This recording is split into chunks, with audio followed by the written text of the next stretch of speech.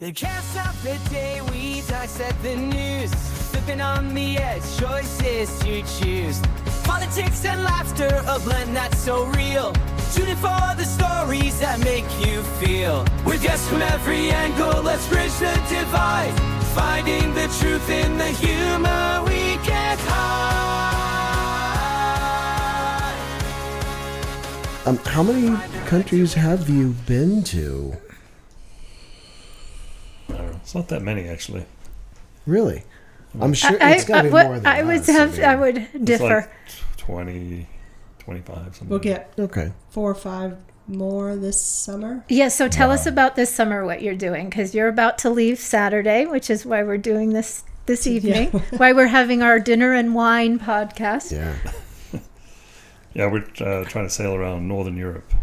So we're flying back to northern Spain, a place called A Coruña. And from there, we're going to cross the Bay of Biscay up to the UK.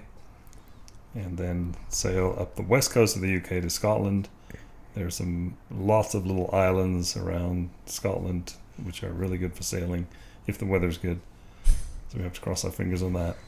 But then there's something called the Caledonian Canal, which runs southwest and northeast, and starts off at a place called Fort William and goes all the way to Inverness. And so we're going to take our boat through this canal, including Loch Ness, which is half the canal. We're going to be at Loch Ness. We'll be there. Miss you there. I know. We won't be there at the same time. We'll be there on June. It'll be June, maybe like 5th.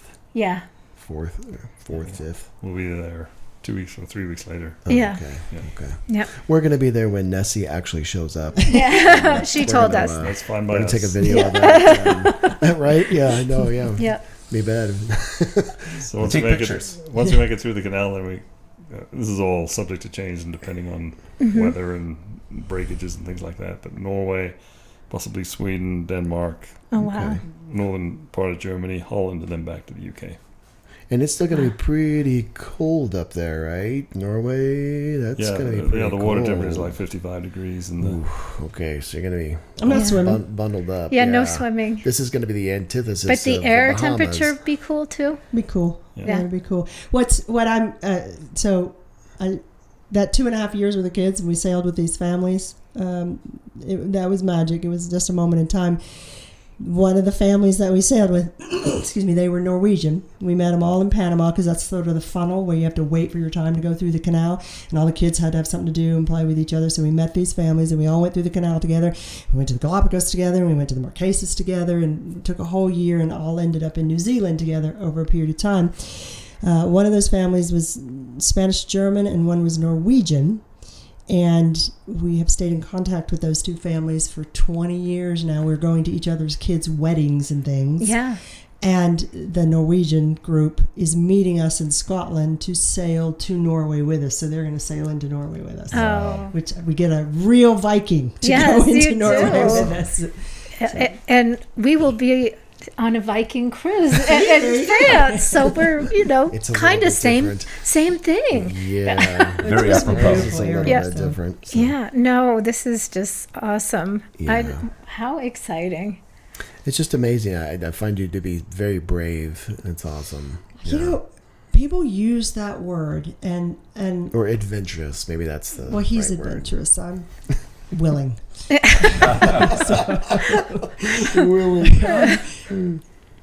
When we went with the kids, we met other families who had their kids with us, and we met one family who was getting a lot of flack from their parents. This is dangerous. How could you do this? I can't believe you're taking your kids out there in the middle of the ocean. What if something happens? And maybe we were naive. Maybe we're still naive. Maybe he's still a little bit of a dreamer. But honestly, these days, going up I-25 is dangerous. Yeah. Yeah, I know. Yep. And so Sure. I think Going to campus is dangerous. going to downtown Denver on any given night could be dangerous. Yeah. As a woman by yourself or whatever. So you think about a little boat on the ocean. We did a lot of work to prepare. I will say we took a lot of, Anthony was a natural sailor. I never was. I'm still not a natural sailor. it's not my thing. It's intuitive to him. It's never going to be intuitive to me. But we took a lot of coastal navigation courses, and I took some sailing courses. God help us, but I took some sailing courses. We took 2 medical courses. One was 3 days long, and one was 2 days long all day. I mean, I got to stitch a pig and practice and do a lot of different things. The pig was dead. The pig was dead. I assumed. Yeah. We have all the drugs on board. We have when we go on a long passage. When we did the Atlantic crossing, we paid extra for like an on-call medical service that we could call a doc. Yeah. And in case there was something serious. So Anthony has studied the weather patterns. We've consulted a book that talks about the weather patterns at certain times of the year. When's the best time to be here? When's the best time to be here? Stay away then. A patient sailor always has fair winds. So schedules and sailing don't mix, so that people want to come and meet us. Right. And we want people to meet us. We've got this lovely boat with this space, and it can be a different experience. We want people to meet us, and we can tell them where or we can tell them when, but we can't tell you both. Right. So people have to be really flexible, and that gets expensive. Well, our daughter and our son-in-law, when they were engaged, we were gonna meet them in Barcelona, and plans changed, wind changed, or whatever. We're like, nope, you got to take a 4-hour ferry. We're here. Yeah. So you just gotta be flexible, and that doesn't work with most people. You mean you don't listen to the AI algorithm tell you where to go? No, but I did ask it to plan a trip for me in Scotland, and I did some generative, and I said, okay, now add in interesting pub stops. Oh, and whiskey. Nice. I got a little pub report where all the pubs we need to stop. Nice. So what's a typical day like when you get up? Do you have to do things the minute that the sun rises that you're on stuff, or do you have to? It's not usually like that. There's always a list of things to do. Yeah, that's what to keep the boat running properly. It's like, the list probably has 40 things on it right now. Oh boy, Wow. yeah. So just you got to keep changing oil or changing anodes or cleaning the bottom or repairing something that broke. How do you clean the bottom? You got to get out on the go underneath the boat and everything and dive underneath it. Yeah, you put your snorkel on and wow. Even in the cold water, you have to put a wetsuit on. Yeah. Oh boy, or you can hire someone. But wow. Because barnacles? Is it barnacles that get under there and then they affect your they smoothness. really slow you down. They really slow you So down. that's an everyday thing, or like a once a week thing? That's like once every few months thing. Once every few months. Oh, okay. Yeah. That's Unless your anti-fouling is old, then it's probably once a week. oh. I see. And warmer water makes the growth Much faster. The algae and stuff. Yeah, Yeah. Wow. Interesting. Yeah. How big So is you're your boat? really So- bored on the boat. There's just I'm nothing working. to do. I'm the breadwinner. Yeah. Just let's be clear. No, you're not. Yeah, I know you're working because I'm usually on with stuff. I remember I needed your help for something, and you're like, "Yep, I can get on right now." So Yeah. I Well, know I you- think what most people realize is simple things just take a lot longer Yeah. on a boat. Like, it's like we don't call it going to the grocery store. We call it foraging, because you have to go and walk and find a good grocery store, and they'll have most of what you need, but not everything. So you have to go to another grocery store, so you have to walk and carry it back and put it on board. And we have a small fridge, so you can't do it once a week. You can do it almost every other day. right. Yeah, refrigeration. And you have a stove and a microwave and Yeah, all we that have stuff. that. There's no dishwasher. There's a Washing machine. Oh, Sucks. okay. No washing Yeah, not machine. fun. Especially when you've had guests, you've got sheets, and I have so many washing machine laundry stories, trying to figure out the instructions in a foreign language with foreign currency, washing machines that are broken but there's no sign, and the marina office gets locked up and they spend the night over there, and oh God, and you're hauling it in the baking hot sun or the rain. or the rain, one or the Yeah. other. You're hauling, like this big load of laundry on your back. Yeah. Like a laundromat. Let me tell you, I take great joy in doing laundry in my land-bound house right now. I Yeah. love doing laundry. You just throw it in Yeah. the wash, And I then just push press the a button, button. and it's done. You're like, people Yeah. take this for granted. Yes, And they people do. that bitch about it, they're like, I don't want to hear it. Yeah. I don't mind doing laundry at Yeah. all. At home. Well, I mean, just deodorant, right? I mean, right? It's like a luxury. I think we can take that with them, honey. Yeah, That's we do. something I think. we do. I think they're, yeah. But I'm sure you come across people where they don't. It's a water thing. I mean, Yeah. it's, Yeah. you know, Yeah, salt water just, yeah. salt water is bad on it, but if you have to make your own water, then you're making a lot of it. And so we have to teach people how to take a boat shower. And it's not hot. It's Yeah. warm. And so you turn it on, you get wet, you turn it off. Yep. And you do your lather, and it could be chilly. Right. And you do all your lather, and you turn it on, you rinse, you turn it off. We've had to explain. People, they think they understand what a boat shower is. Like, that was not a boat shower. Yeah.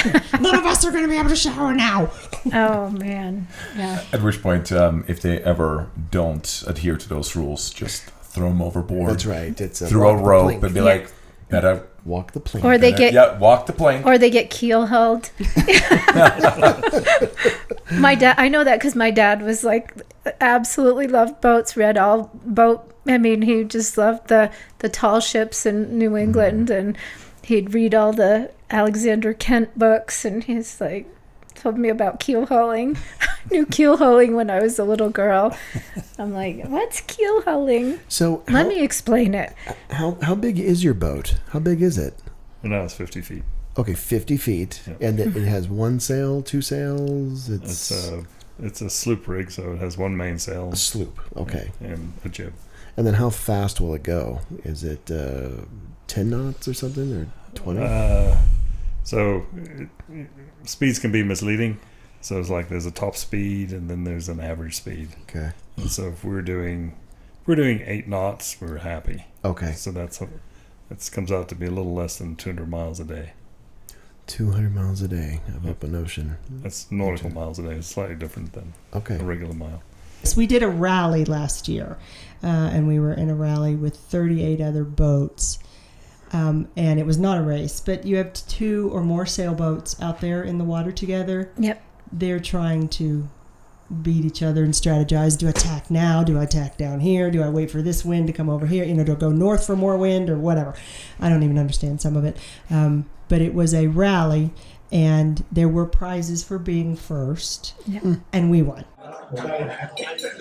First place goes to Moxie. Oh, very ways. nice. And it Nice. was $50 million. Oh no! It was a ceramic plate from Portugal. Oh, That was what we well, won. I was going to say. But Worth it's it. the principle of it, the navigation, the strategy. Gotcha. So they had a little picture. It was run by something called the Atlantic Rally for Cruisers, right? A very British organization. And so they organized it, and there were dinners, and we got to meet all these people. And we went from Virginia to Bermuda to the Azores. Highly recommend the Azores. Like out in the middle of really nowhere, but really lovely. And then Azores to Portugal. Who owns the Azores? Portugal? Portugal. Portuguese, yeah. Okay.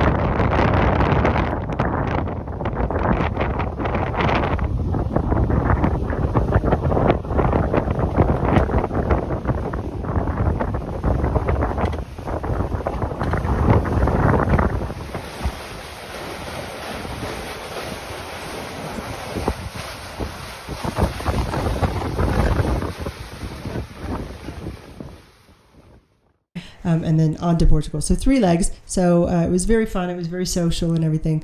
But they would, everybody had to report their position once a day, and you can see all the boats and the lines and everything. And if you clicked on the lines, it would tell you which boat it was and things like that. And you could just see Moxie, that's the name of our boat, getting a little further ahead each day, standing out from the crowd. Nice. Well, it's always due to the talent of we have of the captain. but it's also the size of your boat. The longer the water line, the faster you can go to begin with. What we really have admiration for is who was the boat that was out there. They got caught on the back end. What was the name of that boat? I forget the name. There was just a small boat, and they a couple, and they couldn't sail very fast, so because they were small. They got hit by all the storms coming through. And they came in like a week later to one of the stops. Yeah, I think. Well, it didn't come into the proper place until 10 days after we did. Yeah. Wow. Yeah, I mean and so we had, again, the beauty of the internet. We had our own WeChat, what was it called? WhatsApp. We had they had their own little cruising WhatsApp channel, and they're posting these pictures, catching fish. I mean, they're just basically floating, just enjoying life out there and reading and being very zen about it. But they were the troopers. They were the adventurers, because they got smacked with a lot of bad weather on a smaller boat than us. Wow. Yeah. I can't imagine. Again, Me neither. Just going up and down those waves. I've seen some of those waves that are. You get those rogue waves, right? The rogue ones, white squalls, or whatever they call that thing. And it's like a 30-foot sucker that just out of nowhere, right? You haven't had that. No. Oh no, honey, those are deadly. Oh, It's okay. really bad. I'm like, Yeah, let's talk about that. 3 days, right? Y'all saying 3 days? No, Just 3. Yeah. So I do wonder, like in the future. I mean, as space travel does start happening, I wonder if your stories about being on the ocean will actually resonate with the next generation who'll be traversing the stars. They'll be in space, and they'll be having to.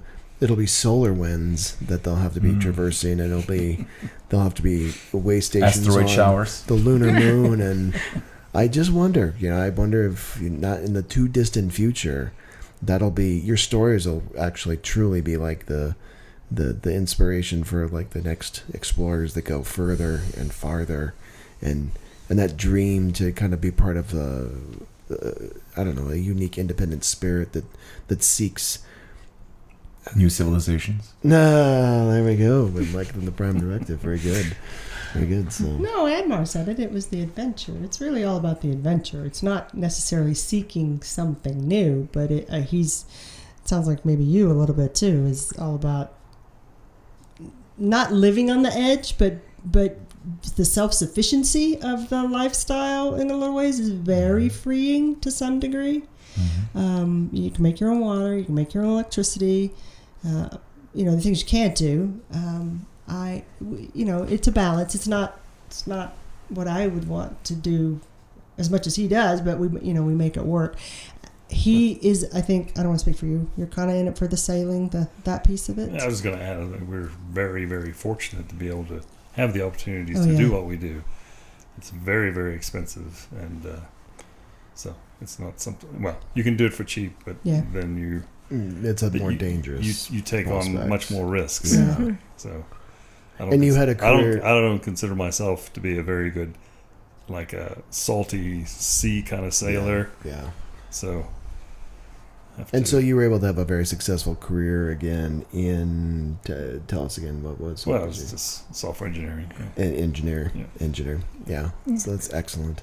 So it sets you up for the ability to taste this kind of freedom, this kind of, And I love the people. The people aspect. People are just going somewhere. Maybe a sociologist at heart there. Well, communication, it's in your blood. Yeah. We'll get somewhere, and I'm like, okay, let's go meet these people on this boat, and let's go meet these people on this boat. Okay, let's go over here, because the people are the fascinating part to me. It's a big cultural study. And he's like, I want to get back on the boat. Well, he's tired. He's been up a lot more than I have if we've just crossed up in some big body of water or something. Yeah. So, is there anywhere where you just flat out won't sail? I think you said Antarctica. You won't go there. Yeah, well, I mean, Japan maybe. You've been to Japan. China. I'm not going there with this wife. I see. with this. I see. I beg your pardon? I see. And I'm keeping my wife. No, No, so there are places where we wouldn't go, like around the Horn of Africa. There's a lot Oh, of okay. piracy. And things like that. Yeah. Okay. So when there's places. The you Red don't- Sea, is that right? That one's pretty Yeah. dangerous, Yeah. right? Okay. And I mean, some places around Central America, you have to stay off. Venezuela's become pretty bad. Yeah. Really? Okay. So, What about Japan though? What is Japan bad for? Is it notorious? No, I think Philippines, South China Seas. Oh, yeah. But there's some places we piracy don't out really there. want to go. I mean, we don't really like very hot weather where it's just very Yeah. humid, tropical all the time. Yeah. So Got it. Yeah. Have you done Fiji? You were Yeah. talking about Bora Bora. Fiji's Fiji's- beautiful. Fiji's Yeah. very Fiji nice. was unique. We had to take a class. We had to take a culture class Really? in Fiji. Wow. We had to go take. You didn't have to. Well, take one. they really so. You go out to chose the they when you get all these cruisers in there, the cruisers want to just go hang out on the beaches or whatever, and all the beaches and the little different islands or whatever are owned or governed by almost like tribes or each local chieftain, Okay. somebody Yeah, or it's whatever, tribal. and their custom was that you go to the chief and you have to ask permission to enjoy their beach and anchor right off their beach. Okay. And so the one place we did that, so we went to this little cultural class about what that custom was, what it entailed, how we needed to do it, and you have to drink from this bowl of kava. Dishwater. Well, it tastes like dishwater, but it's kava, is what they called it. And so we had in a little island called Yandua. Dragging it. The village was on the other side of where we anchored, so we take the little dinghy in, get out on the sandy beach, hike up the mountain, over the hill, go down, try to see the chief. The chief is having some tribal village meeting. We wait. We look at all the school children going by and everything, and we wait, and then we go in with the chief and a couple. I don't know what they tribal elders. They didn't look that old. Other men sitting there. The patriarchy. Whatever. And we had to go around and talk, or he said something, and I don't remember exactly what we did, but we had to ask permission. Can we have permission to anchor off your beach and play on your beach for 3 or 4 days? And You have to bring them the gift of kava. oh yeah, we had to bring them the gift of kava, and then they mix it in this bowl, and it really tastes like dirty dishwater. And it's cherished. Like, thank you. But you did for it, right? I mean, But we did it. That's interesting. Yeah. You just did it. You do it because that's the custom, right? And you're pragmatists, Wow. and you want to anchor off the beach, and you want to. Yeah. And you need to. You need to probably. rest Fiji's up and- beautiful. It's almost as beautiful as Tahiti, and at that time it was much cheaper. But Fiji is interesting because it has a lot of Indian population, and we could smell the spices like 2 miles offshore. Oh wow. We could smell the island because it smelled. You could just that smell permeated. We'll Yeah. probably just fly. Yeah. Sorry. It's great. That's our Yeah. jam. But yeah. New Zealand is the place we thought about moving. That's what New I've heard over and Zealand, over. And when we really? were in Australia, I kept telling Eric, "Let's just pop Well, over to New Zealand." she says, "Let's and just we hop didn't over," and, realize like, it's a pretty. I mean, it's not just a little pop over. You No. have to plan, and they have to give you permission It's a to 3-hour go, flight. and then it's a longer It's a flight than I 3-hour flight thought. from Sydney. So we didn't combine the two this time. We'll do New Zealand, but we'll dedicate our time there. You have to get like permission, and You do? you do. You have to get When a you separate fly like in, visa you have to and get a a special visitor visa. Yeah, they were very strict about that, because I guess they've had some people show up there on flights and they don't have any money, and then they're stuck on the island, and they gotta They're very ship 'em protective off of and their. stuff. They are. There's more of an island culture there, I think. They as don't well. like cruise ships Maori coming. were there, and they're and, yeah. just. So, no, but we. But our absolutely niece love- went with the youth symphony, and she stayed there, and she said the same thing. She's like, I would move there. It's pretty isolated. I mean, we called immigration and said, what do we need to do? And the Norwegian couple and the German couple that the families we'd sailed with, and other couples just said, we're done. They stopped, and their kids went to school there and everything. Yeah. Our kids went to school there for a little bit. They didn't wear shoes. That was great when you were a Yeah. little kid. The boys swam and didn't wear shoes. I'm like, this is school for boys. Yeah. Yes, this is the model. What is it Well, you know, about- Mike taught there. Yeah, And then yes. his daughter Jane is living there now. Well, he was there or had been there because we went to that town or something where he taught because I had known of it. Christchurch or whatever? Christchurch. or- Yeah, Christchurch. So it was that New Zealand was unique. They're very, my experience was they're very, very practical. Like as compared to Australia, Australia had more rules than the U.S. at that time. From our experience, like your pet can poop here, but not here, and you can walk there, but not here, Yeah. and you can whatever. And I remember in New Zealand, we were driving around on the rental car, and it was very hilly and windy curves, and there's no guardrails on many of their streets. And we were asking someone, why aren't there any guardrails? And the guy said, well, if you drive too fast, you might die. They were very much like, don't be stupid. Yeah. And there, in the U.S., for example, you can't sleep, overnight camping on the beach or no sleeping on the beach. Yeah. And so in New Zealand, there's whatever.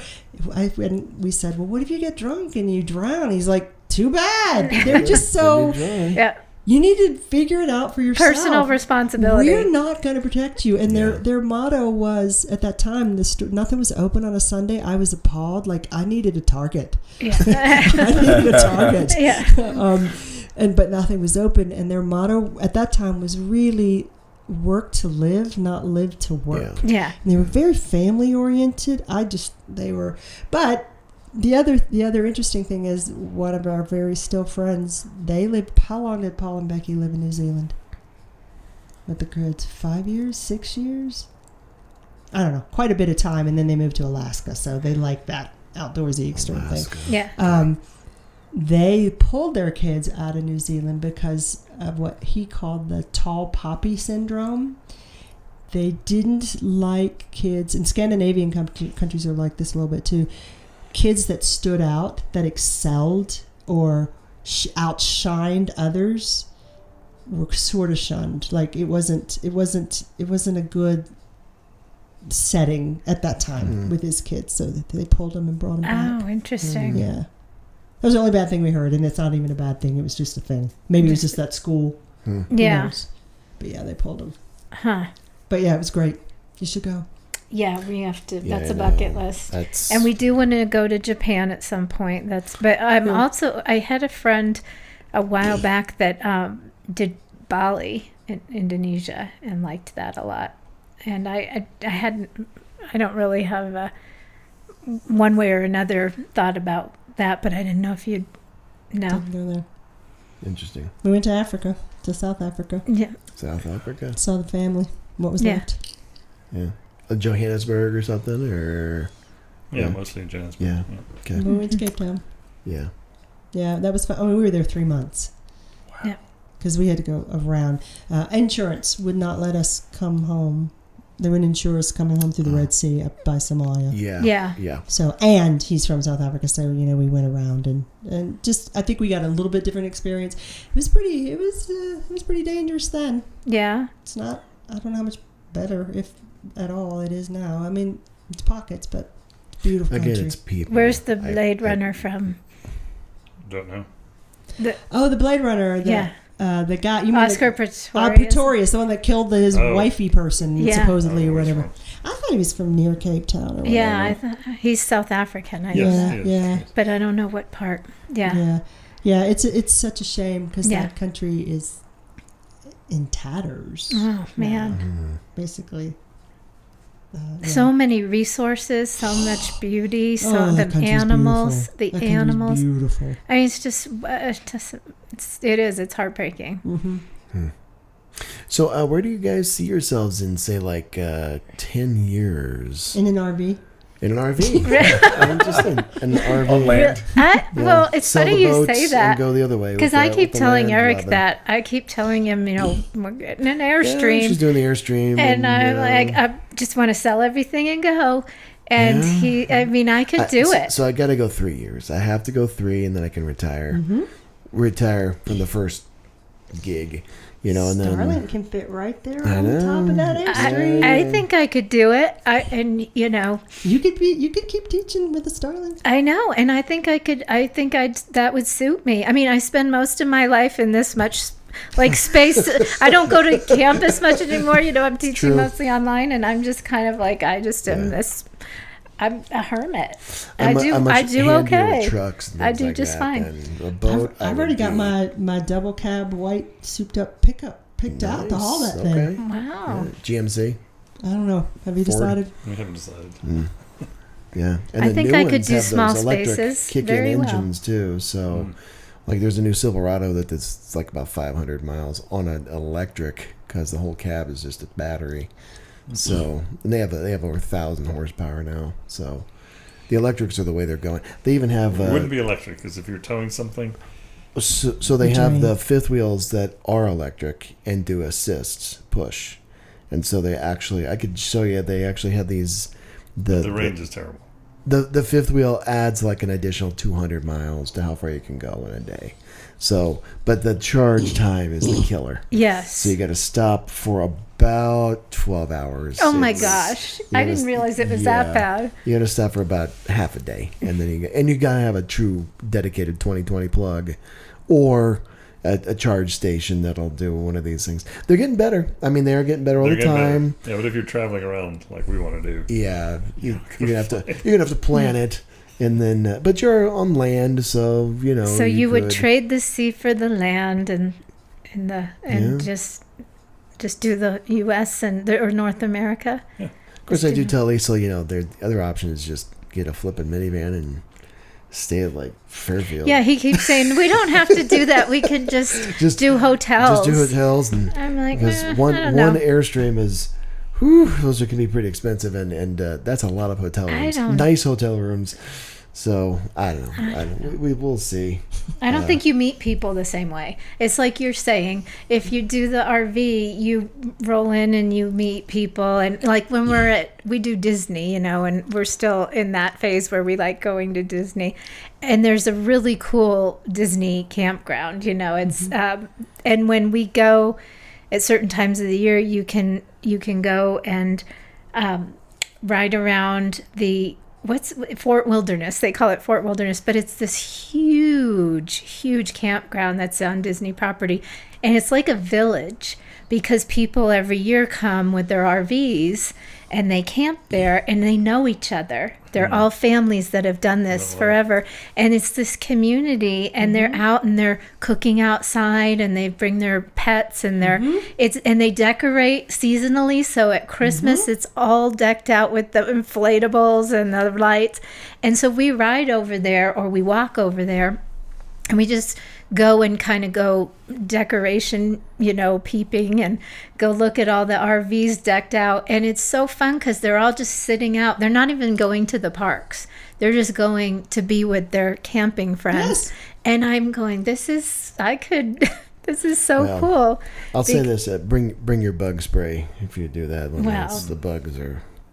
It's insane. But I just think it's kind of the community that you wouldn't get if the resorts don't have that community.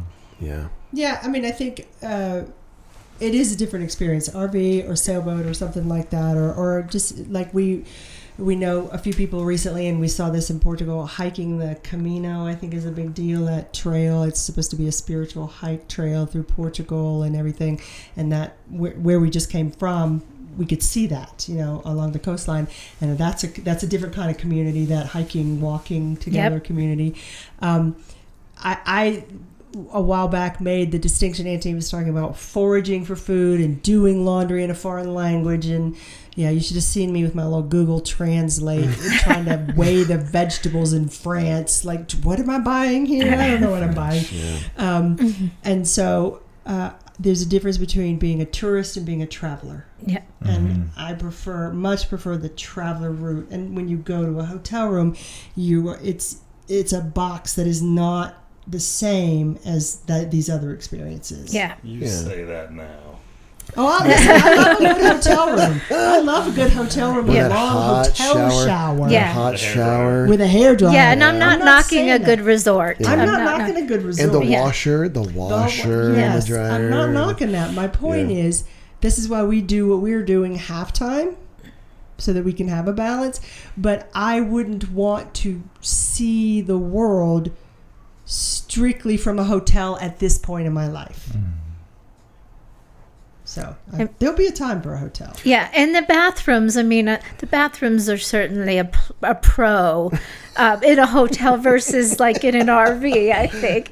But I mean, you got to weigh it all. But I think. Yeah, I think so too. So we usually end our podcasts by asking our guests, like, back in my day. So because we've gone through this with quite a few guests and stuff. Quite a few. We can count on one hand. Quite a few. With at least 4. And that includes the 2 of Pretty you. sure I'm the oldest of all those guests so far. But what is something look at what you're doing, not even close. I know, but what is something that you identify or think about that you used to do, like way back, that is just so, like, somebody today wouldn't even be able to comprehend or connect to? For example, like we used to talk about, like when Star Wars movies came out, you would stand in line for hours to get into the movie theater, watch the movie, usually with Sherry and everything going on.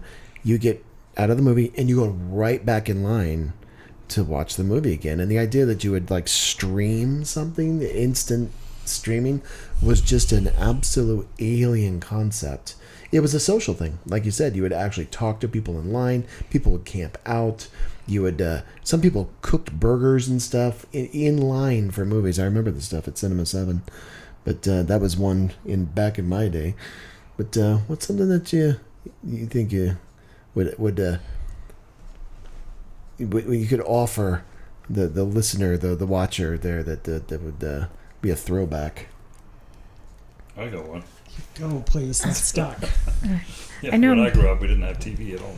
No TV. No TV. In South Africa. In South Africa. Yeah. So how did you get your newspapers? Radio. Newspapers. Radio. So I remember, for example, my parents would be going out on a Friday night. They'd leave us home, and I'd listen to this radio program. Came on like 8 o'clock on a Friday night called Squad Cars. Squad cars. And it was true stories about, crime and things like that. Wow. Squad cars. It's early Joe Kenda episodes and stuff. No, it's like early, what was it? Cops. Early cops and Law and Order. Yeah. That's fantastic. Yeah. Squad And this cars. was only in South Africa? Or okay, interesting. So was it South African police stuff? Yeah. So it was South African squad cars. Wow. I was going down to the... I have a terrible accent. So I was going down the street when I heard the gunshot. No. Sorry, We're just going to say no to that. I know. Sorry. That's Australian. Bad Australian. I apologize. I know. My father did Green Hornet. And that was here in the States, but he's older than much older than you are. But he was a Green Hornet guy, and that was radio. And he's no longer with us, but he was born in 1938, and he loved radio. Mm-hmm. He just was like, in a way, TV ruined everything. And so radio was affordable, it was free, right? And then you probably had 8 tracks? Did 8 tracks come around, or records? Record players. Records. Yeah. Okay, that's you making skipped records, am I right, to 8 tracks? I know. 8 tracks, they'd fade in. Like you'd push them in, they'd fade in, they'd fade out. Gosh, I don't remember. Yeah. My dad had one in the car. I do remember childhood 8 tracks in the car. Yeah. Terrible. Yeah. Okay, so... Yeah. It's not quite the same, but there is a parallel. So when I was young, I was with my grandfather, and on Saturday mornings... I don't know anyone that even know what this is. So this was a long time ago, when at that time vegetables were delivered from the farm to the grocery store. So my grandfather was a farmer. And when the vegetables were delivered to a grocery store, they were delivered in these crates that were really thin pieces of lumber with wire, and like think of lettuce packed in these different crates, like 12 or something to a crate. And the grocery produce manager would unload them and throw the crate back out the back. So all the crates would be lined up out the back on Saturday mornings. And so I would have been 6, 7, 8 or whatever. My spending money was to ride in the back of the truck. Now, who rides out in the back of a truck anymore? It's not allowed. No. Right. So I would ride 3 or 4 miles in the back of the truck to each grocery store. I would pick up, with my grandfather's help, these boxes of produce, or these crates for produce, put them empty in the truck, and we'd spend all morning collecting those. And then that afternoon, we'd go back to the farmers and sell them back to the farmers for 10 cents a crate. And I would do that every Saturday morning. Wow. For that. That was my spending money and my time with my grandfather. But I can remember riding in the back of the truck to do that thing, and down what was then a highway. But I also was driving a tractor at 6. So Yeah. Wow. Interesting. Yeah. So back in my day. Back in your day. Wow, that's Wow. crazy. And how much was the take? How much? Oh gosh, I don't remember. It was a long time ago. I probably made, I don't know, $8 every Saturday or something. Not bad. $10. I sound really old. Score. Really old. Maybe Score. 10. $8. But that was big money. Yeah, then. I'm thinking that's big not money in bad. 1969. Yeah, maybe 70s.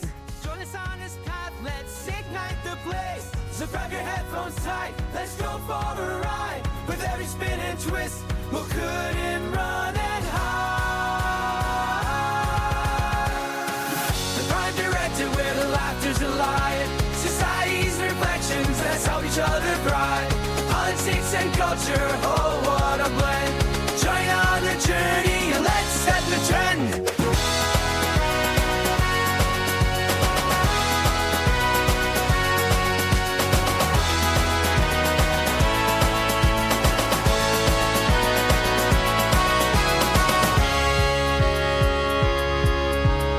As we close the chapter, let us you're here. The Prime Directive's calling, so let's pass that beer.